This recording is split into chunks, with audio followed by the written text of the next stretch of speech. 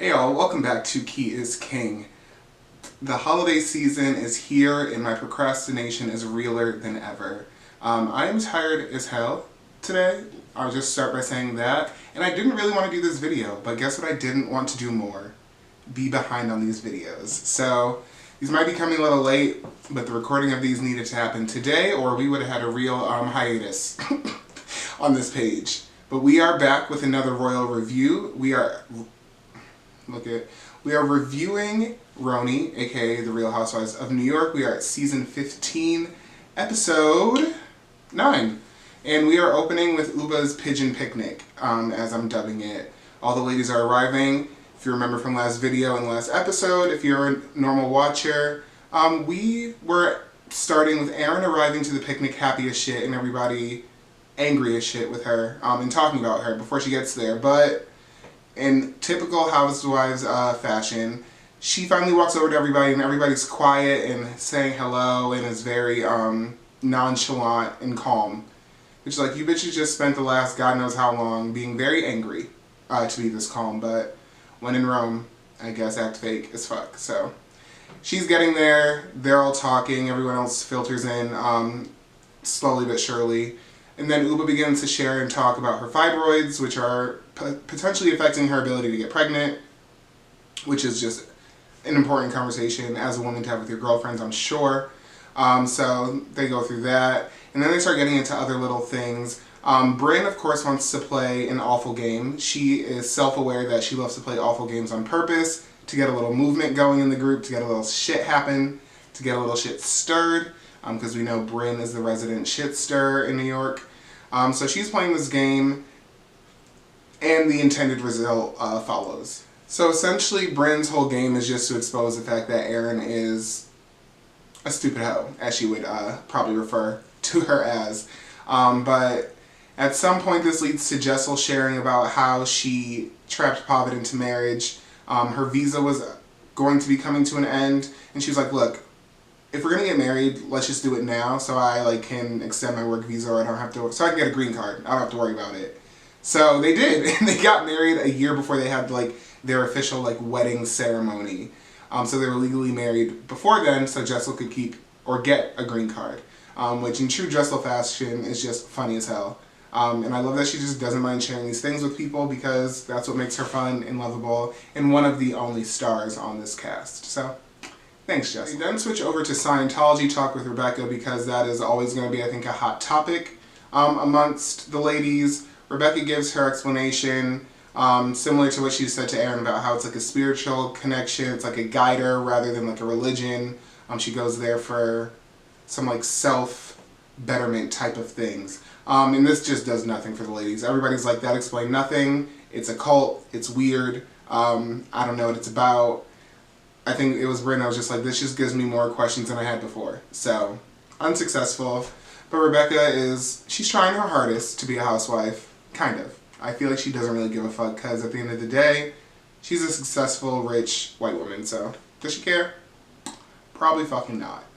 But as a result of this game, that reminds me of the game.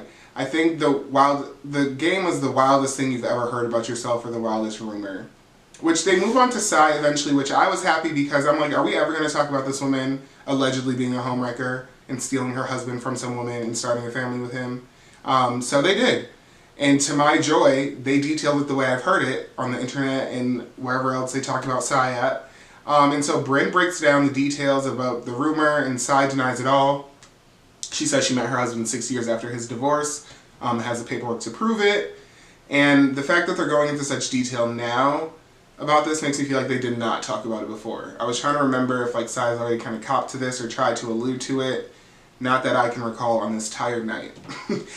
So I was happy though that they addressed it because I'm like, bitch, we are not going to move on too much without somebody trying to bring it up or drag you about this. So I got my moment. And unfortunately, according to Sai, it was not even real tea. And it wasn't even a moment to be had. So we'll see if she's lying though, because the truth comes back around in life and on Housewives specifically. Anytime there's a camera there, your truth will be uncovered kind of quickly. So we'll see. But for now, she does not look like she's a homewrecker. So props to you, mama.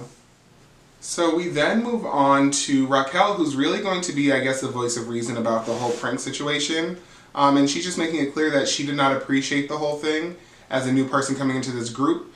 She feels like it was very hard for her to kind of navigate that and know who to trust. She walked away from that situation being like, okay, I can't trust X, Y, and Z, when in reality she shouldn't be trusting A, B, and C. So she was like, yeah, it was fucked up. Like, what are you doing? Like, that's not the type of prank you play with a group of people with new members involved in the group. And so Erin, now that she has her moment in the sunlight, is denying the version that Brynn is telling. She's saying that she did not tell Brynn certain things, that Brynn embellished certain parts of it.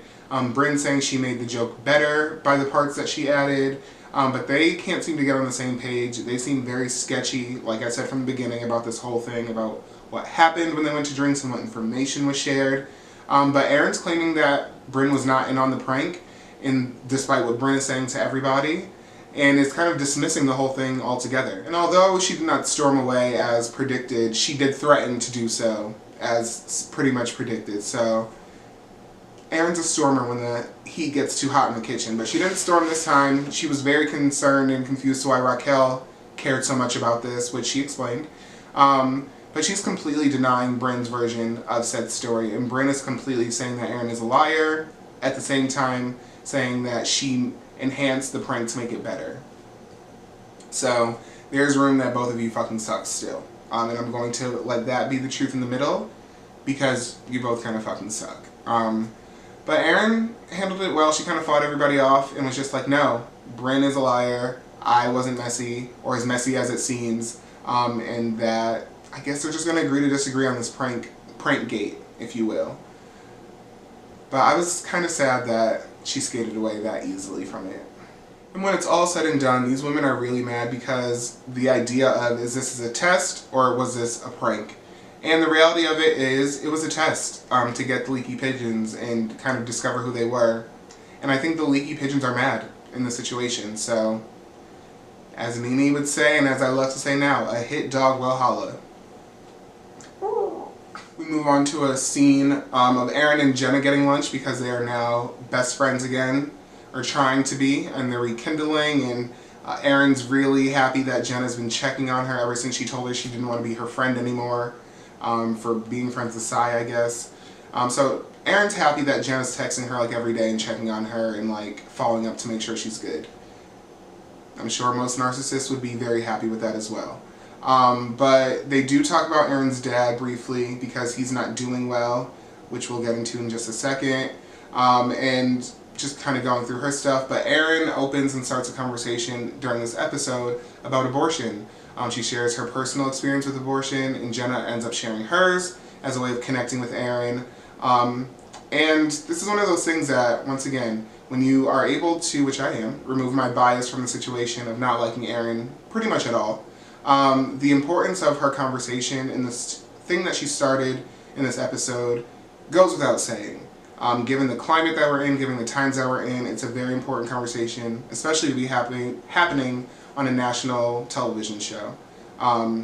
So props to Erin for just addressing it, not being afraid to do so, and really just being vulnerable, because vulnerability really is a power, and it's a tool. And so even, like I said, somebody who I don't really care for can use her vulnerability to bring people together and build a bridge. I'm here for it. And that's really what the scene encompassed, was her really starting that conversation and putting it on the forefront rather than the back burner. So, props to you, Erin. Like I said, the times we're in right now, conversations like these are super important. As a reminder to folks, I'm sure none of those folks are really watching my videos right now, but if you happen to be here, listen, okay? Listen. But they move on from that scene to a scene with Jenna and her son. He's going to be preparing for college the following year, which means he's probably preparing for college this year because, you know, filming a TV show happens usually a year before air date. So they were going over how to make mushroom risotto. Call me out of touch, call me old and washed, call me black and poor, but making risotto is just not your average college kid thing, which I think they did address, and they have enough awareness to say, like, you probably won't be making mushroom risotto. It's more of a reason to have a scene on this boring show, and a reason to spend time with her son. But yeah, could not relate to the whole thing outside of the fact that I went to college once upon a time. I was like, okay, yeah. Filler, cute, risotto. I'm really enjoying these seasons. Between Potomac and New York, I'm starting to get pissed off, quite frankly. And I was trying to ride for New York, but like, it takes effort to make these videos. I'm tired of talking about nothing. But it's my choice to make it, and I still get something out of this, so on to the next scene. And the next scene is Uba. My God. Although, once again, Uba's having a very important conversation, especially relating women and women's health, which, now that I'm saying this out loud, RHONY, I guess, is, if it can't be entertaining, at least they're going to be educational. You get half a kudo for that. So, Uba's at the doctor talking about her fibroids and how she did not know about what a fibroid was, and now since she's found out, she has a lot of people that can relate to her. And she's been hearing about it. Kind of like when you get a new car and all of a sudden you see that make and model or the color of your car everywhere. Uba's kind of having that experience with fibroids, of how she didn't know about it. Now she knows a lot, and a lot of people who can relate and share stories. So although, once again, I found that to be boring as fuck, because it was, it's an important conversation for women. And anytime a woman gets to have the opportunity, I say go for it. I just really... on this platform, it's becoming a bit much. They're not mixing in the fun enough for me. But I can't take away from the importance of the fibroid conversation, although Uba is starting to get on my nerves with the lack of entertainment that she provides. Be educational all you want, only a dummy is not going to ever receive education when it's provided to them. But please be fucking entertaining on a TV show, specifically a reality TV show. Please, just... is it too much to ask? Is it too much? I don't think so. The next scene is Erin actually conducting her interview for Glamour magazine, which is the publication that she shared her abortion story with. She's very close with the editor-in-chief, and they were talking and they were like, hey, this would be a really good opportunity for you just to like share your stance. And once again, random thought, ironically, Erin's pregnant now and I'm sure is going to be having her baby within the next few months. So the full circleness of that and her journey is actually like nice. It's cute that she can just share this type of experience, and then the other end of it show how she was able to persevere and move on. I think this will be her 4th child that she's pregnant with now. So like honestly, props to her.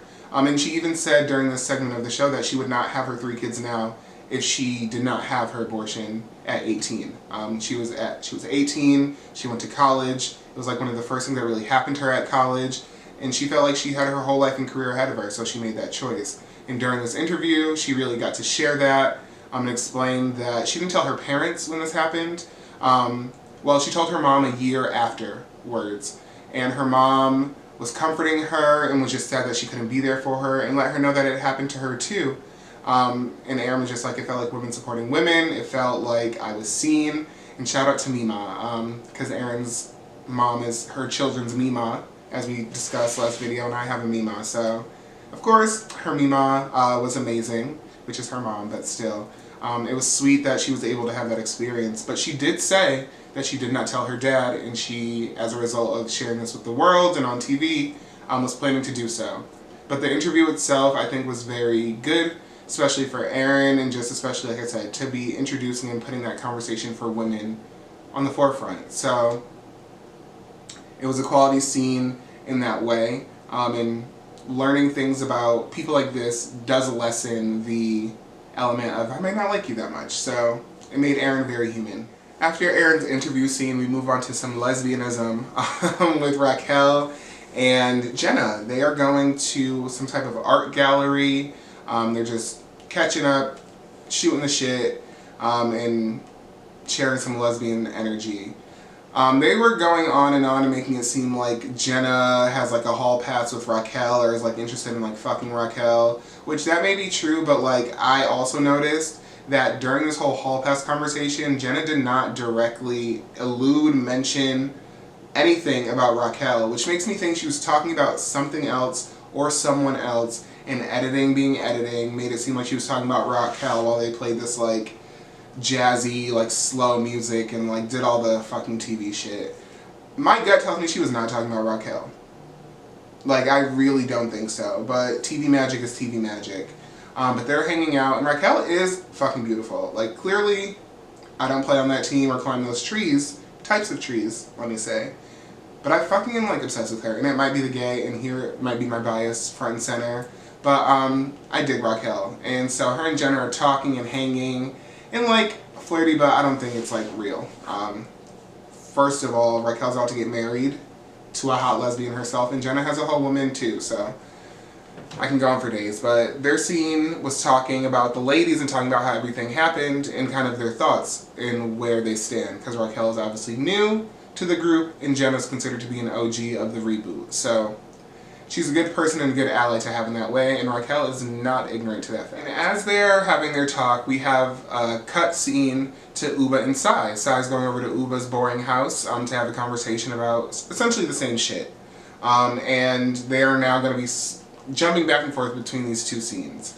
So Sai comes over, she's talking to Uba, and just kind of downloading and catching up from their vantage point. So Uba quickly reveals that she got a phone call from one of the ladies, and Sai guesses that it's Karen, which is Aaron's name with a K in front of it instead of like the traditional spelling, or at least that's how I've documented and will be calling her from now on, and I love that.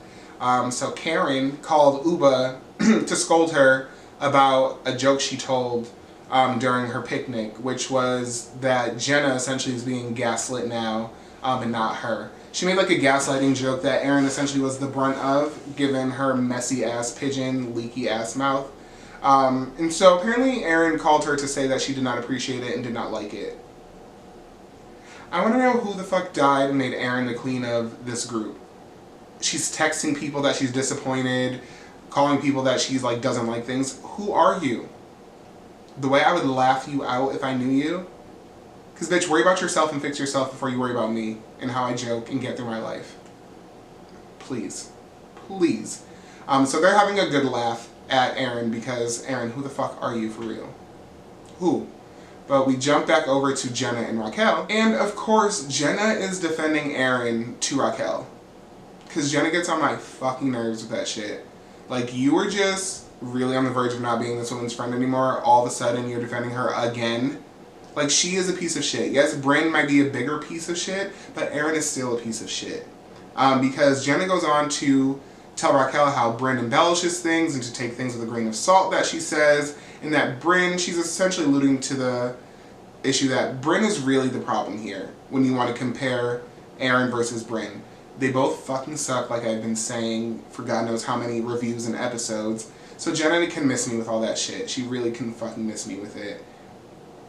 She also could be mad that she got a black eye from Bryn throwing a ball at her face still. Like, let's call a spade a spade. But Raquel's taking all this in, she's listening to Jenna, and the moral of her story is it needs to be fixed. Something needs to be done, because it's messy enough, but coming in as a new person to all this messiness, she's like, it's got to go. Like, we have to get something together. Like, whoever it is, something's got to give. They cut back over to Uba and Sai. Oh my god, these names right now. And so essentially Uba's like, Aaron, feel free to play. And I think she might have told Aaron this, play with somebody else. Don't play with me. You like to have fun, you like to play games. No. Play them with somebody else. Which, these women at this point really should take her words, because as I've mentioned a million times, the cultural difference that Uba has will have her literally spearfishing these women. Like, she will fucking, I think, hurt them. And I can't wait to see her fight with Bryn in Puerto Rico, because I have a feeling she said something or did something that fucking cut Bryn in her jugular. So I'm excited. Like, Uba may be boring, but she's not boring when she's fucking crashing out. But who wants somebody just to crash out all the time just for their entertainment? Not I, said the Negro with the YouTube channel. Not I. But yeah, that was funny to me, because it was like, yeah, play with everybody but me. Like, literally, skip over me every time, please. Thank you. I mentioned we end all of these cut back and forth scenes with Jenna warning Raquel about Bryn, and Raquel's like, okay, duly noted. But we end this episode, unfortunately, with Aaron and her dad. And the reason I say unfortunately is because at the end of this scene, they revealed that he passed away since filming. Like 4 months, I think, after they shot that scene, so that is really fucking sad. As somebody who has lost a parent, as somebody who just knows that death is not fucking fun no matter how you slice it, once again, Erin had a rough episode in that way. Like, she had some real life shit happening to her and that she went through. But before the scene ended, she did get to reveal to her dad about her abortion when she was 18. And he took it well, offered support and love to her. Essentially because she's like, what are we going to do now? It's like 30 years ago. But he was not mean, he wasn't crude, he wasn't rude at all. She was talking about his health and how he's like looking better and kind of like seems to be better. So it's just really sad that the end of this scene was the announcement of his passing. But Erin said that he was an amazing dad and that it obviously is not going to feel real for a while, but did not feel real at the time of her filming her confessional. And once again, thoughts and prayers really do go out to her because that is not an easy thing. If you've been through it, you know that's not an easy thing. But I'm glad she got to have positive memories with her dad, that they had a loving relationship when he was alive, and that she gets to, at least she got that moment with him before he passed too. I'm sure that's really, really important to her. But that was all of RHONY in a little nutshell. I feel like a couple of these franchises are really trying my patience, but I'm going to see it through because that is what a good reviewer does, according to me. So please come back for more. Please come back for more. And now I'm going to keep coming back for more because it's low-key my unofficial job. But until the next time, don't forget to comment, like, and subscribe. And my tired ass will see you soon for another video.